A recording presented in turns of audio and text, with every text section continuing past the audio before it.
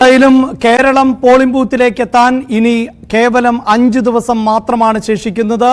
ഇന്നത്തെ വാർത്താ ദിനത്തിൽ കേരളത്തിലെ 20 മണ്ഡലങ്ങളുടെയും അവസാന പൾസ് ആണ് ന്യൂസ് 18 പരിശോധിച്ചുകൊണ്ടിരിക്കുന്നത്. 20 മണ്ഡലങ്ങളിൽ നിന്നും ഞങ്ങളുടെ പ്രതിനിധികൾ ആണ് ഒപ്പം ചേർന്നുകൊണ്ട് അവിടുത്തെ രാഷ്ട്രീയ കാലാവസ്ഥ എവിടേക്ക് എന്നതിന്റെ അവസാന സൂചനകൾ പങ്കുവെക്കുന്നത്. സജിത്ത്, നമുക്കിനി ആലത്തൂരിലേക്കാണ് പോകേണ്ടത്. സജിത്ത് ആലപ്പുഴയെ കുറിച്ച് പറഞ്ഞപ്പോൾ തന്നെ ആലത്തൂരിനെ കുറിച്ച് സൂചിപ്പിച്ചു കഴിഞ്ഞതാണ്. അവിടെ 1,58,000 വോട്ടിന് രമ്യ ഹരിദാസിനെ പോലെ ഒരു സ്ഥാനാർത്ഥി. രമ്യ അത്ര ശക്തയാണോ, രമ്യ ഒരു ശരിയായ തീരുമാനമാണോ എന്നൊക്കെ കോൺഗ്രസിനകത്ത് തന്നെ ചില അഭിപ്രായ ഭിന്നതകൾ ഉണ്ടായിരുന്നു. എന്തായാലും ഇത്തവണ ആലത്തൂരിൽ സിറ്റിംഗ് എം പിയായ രമ്യ ഹരിദാസ് മത്സരിക്കുന്നു. അവിടെ എതിരാളിയായി വരുന്നത് സംസ്ഥാനത്തെ മന്ത്രിയാണ്. ജനകീയ മുഖമായ കെ രാധാകൃഷ്ണൻ വരുന്നു. അതോടൊപ്പം TN സരസുവിന്റെ വരവ് ഒരു പക്ഷെ പ്രധാനമന്ത്രിയാണ് എന്ന് തോന്നുന്നു സരസുവിനെ ഹിറ്റാക്കിയത്. കാരണം നമുക്ക് പരിചിതമില്ലാത്ത ഒരു രീതി, അതായത് പ്രധാനമന്ത്രി തന്നെ നേരിട്ടൊരു സ്ഥാനാർത്ഥിയെ വിളിക്കുന്നു, പേര് പറഞ്ഞ് അഭിസംബോധന ചെയ്യുന്നു, ചില രാഷ്ട്രീയ വിഷയങ്ങളൊക്കെ ചർച്ച ചെയ്യുന്നു. അതാണ് ഇപ്പോൾ പ്രസന്റ് കണ്ടീഷൻ. ഒപ്പം ആ മണ്ഡലത്തിന്റെ ഒരു പൊതുചിത്രം പ്രേക്ഷകരോട് എങ്ങനെ പങ്കുവയ്ക്കാം? നമുക്ക് ആലത്തൂരിന്റെ പൊതുചിത്രം പങ്കുവെക്കുമ്പോൾ കേരളത്തിൽ ഒരു പക്ഷേ CPM ഏറ്റവും പ്രതീക്ഷ ഉണ്ടായിരുന്ന ഒരിടം അല്ലെങ്കിൽ ഏറ്റവും ഉറച്ച കോട്ടയാണ്. പക്ഷേ കഴിഞ്ഞ തവണ സാഹചര്യം മാറി. അപ്പം ആലത്തൂരെ ചിത്രം പരിശോധിക്കുമ്പോൾ ആലത്തൂരിലെ 7 നിയമസഭാ മണ്ഡലങ്ങളിൽ തരൂർ, ചിറ്റൂർ, നെന്മാറ, ആലത്തൂർ, ചേലക്കര, കുന്നംകുളം, വടക്കഞ്ചേരി ഈ മണ്ഡലങ്ങളെല്ലാം ഇടതുപക്ഷ മണ്ഡലങ്ങളാണ്. ഇപ്പോഴും നിയമസഭയിലെ പ്രാതിനിധ്യം ഇടതുപക്ഷത്തിനാണ് എന്നതാണ്. അവിടെ 2019 തെരഞ്ഞെടുപ്പിന് ശേഷം 2021 ഉണ്ടായ നിയമസഭയിൽ ഉണ്ടായ ഇടതുപക്ഷത്തിന്റെ മേൽക്കോയ്മ. 2019 ലോക്സഭാ ചിത്രം നമുക്ക് ഒന്നുകൂടെ പരിശോധിക്കുമ്പോൾ രമ്യ ഹരിദാസ് 5,33,000 വോട്ടുകൾ നേടുന്നു.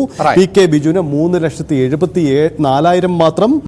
അവിടെ TV ബാബു ആയിരുന്നു NDAയുടെ സ്ഥാനാർത്ഥി. അദ്ദേഹത്തിന് 89,000 വോട്ടുകൾ മാത്രമാണ് ആ മണ്ഡലത്തിൽ അന്ന് കിട്ടിയത്. അതായത് 1,58,000 പരം വോട്ടുകളുടെ ഭൂരിപക്ഷത്തിലാണ് രമ്യ ഹരിദാസ് അവിടെ നിന്നും വിജയിച്ച് കയറുന്നത്.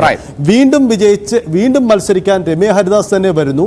പക്ഷേ ഇടതുപക്ഷം ഇത്തവണ ആലത്തൂർ തിരിച്ചുപിടിക്കാൻ തന്നെ ആഗ്രഹിക്കുന്നു. അങ്ങനെയാണ് അവിടെ സംസ്ഥാനത്തെ മുഖ്യമന്ത്രിയും ചേലക്കര ഈ മണ്ഡലത്തിന്റെ തന്നെ ഭാഗമായ നിയമസഭാ മണ്ഡലമായ ചേലക്കരയുടെ MLA കൂടിയായ മന്ത്രി കെ രാധാകൃഷ്ണൻ ഒരു ക്ലീൻ ഇമേജ് ഉള്ള രാഷ്ട്രീയ നേതാവാണ്. എന്തായാലും രാധാകൃഷ്ണൻ ഏറ്റവും ഒടുവിൽ ഈ കരുവന്നൂർ പോലെയുള്ള രാഷ്ട്രീയ വിഷയങ്ങൾ കൂടി ഭാഗമാകുന്ന ഒരു മണ്ഡലം എന്ന നിലയിൽ കൂടി കാണേണ്ടതുണ്ട്. അവിടെ സജിത്ത് 2019 തെരഞ്ഞെടുപ്പ് ഫലത്തെക്കുറിച്ച് സൂചിപ്പിച്ചു. 1,58,000 വോട്ടിന്റെ ഭൂരിപക്ഷം എന്ന് പറയുമ്പോൾ PK ബിജുവിന്റെ വോട്ടിൽ വന്ന ഒരു കുറവാണ് ഞെട്ടിക്കുന്നത്. കാരണം തൊട്ടു മുമ്പ് നടന്ന തെരഞ്ഞെടുപ്പിൽ 52% വോട്ട്, 52% എന്ന് പറഞ്ഞാൽ ആകെ വോട്ട് രേഖപ്പെടുത്തിയതിൽ പകുതിയിലധികം. അതാണ് കൃത്യമായൊരു മെജോറിറ്റി എന്ന് പറയുന്നത്.